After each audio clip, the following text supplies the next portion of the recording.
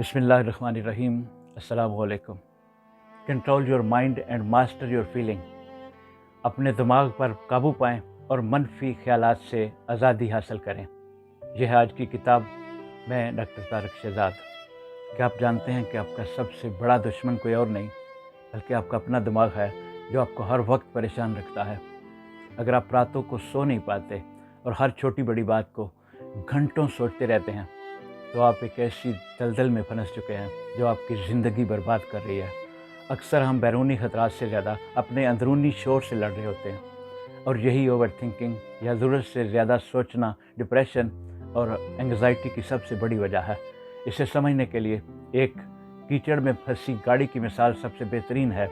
जहां आप जितना एक ही जगह सोचकर एक्सीलेटर दबाएंगे, आप उतना ही गहराई में धंसते चले जाएंगे।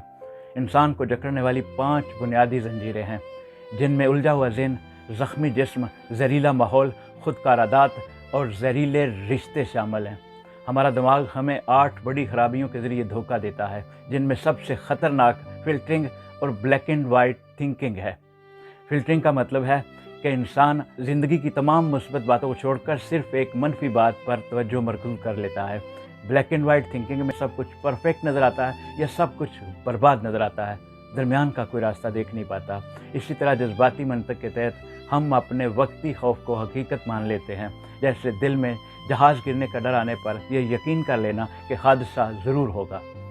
साइंसी तौर पर मुसलसल ओवर थिंकिंग से जिस्म में कार्टिसोल नामी हार्मोन बढ़ जाता है, जो दिमाग के नाजुक हिस्सों पर हमला करता है।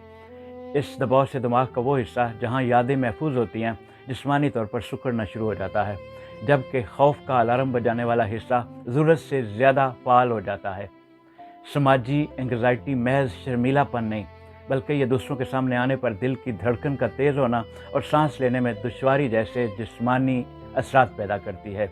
यहाँ तक कि हमें फैंटम वाइब्रेशन महसूस होती है, यानी फ़ोन बजा नहीं होता, लेकिन दिमाग कपड़े की रगड़ को भी फ़ोन की घंटी समझ लेता है। इस दलदल से निकलने के लिए खुद से पूछें, क्या ये मसला 5 साल बाद भी अहम होगा? मुस्तकबिल को कंट्रोल करने की ख्वाहिश ही ओवर थिंकिंग की असल जड़ है। इसलिए गैर यकीनी सूरत हाल को कबूल करना सीखिए। अपने ख्यालात को ऐसे देखें जैसे सड़क पर गुजरती हुई ट्रैफिक को, जहाँ आपको हर गाड़ी के पीछे भागने की ज़रूरत नहीं होती। अपने ख्यालात को फिज़िकल नोटपैड यानी कागज़ पर लिखना शुरू कीजिए, क्योंकि लिखने से दिमाग की रफ्तार सुस्त होती है और मंतक बेदार होती है। अपने खौफ का कदम ब कदम सामना कीजिए, ताकि दिमाग सीख सके कि वहाँ कोई हकीकी खतरा मौजूद नहीं।